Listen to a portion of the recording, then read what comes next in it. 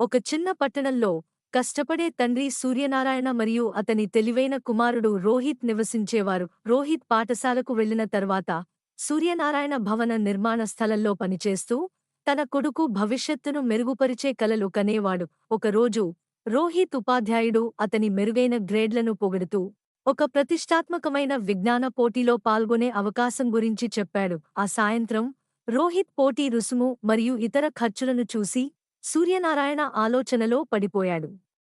అతనికి అదంతా భరించే స్థోమత లేదు. తన కొడుకు కలను నిజం చేయాలనే సంకల్పంతో సూర్యనారాయణ అదనపు పనులు చేస్తూ భోజనం కూడా తగ్గించుకున్నాడు. పోటీ రోజు రోహిత్ ఆనందంగా తయారయ్యాడు. కాని అతని తండ్రి చేసిన త్యాగాల గురించి అతనికి తెలీదు. రోహిత్ మొదటి బహుమతి గెలుచుకున్నప్పుడు మైదానం మొత్తం కరతాళ ధ్వనితో నిండిపోయింది. సూర్యనారాయణ హృదయం ఆనందంతో నిండిపోయింది. ఆ రాత్రి రోహిత్ తన తండ్రిని హత్తుకుని కన్నీటి పర్యంతమయ్యాడు.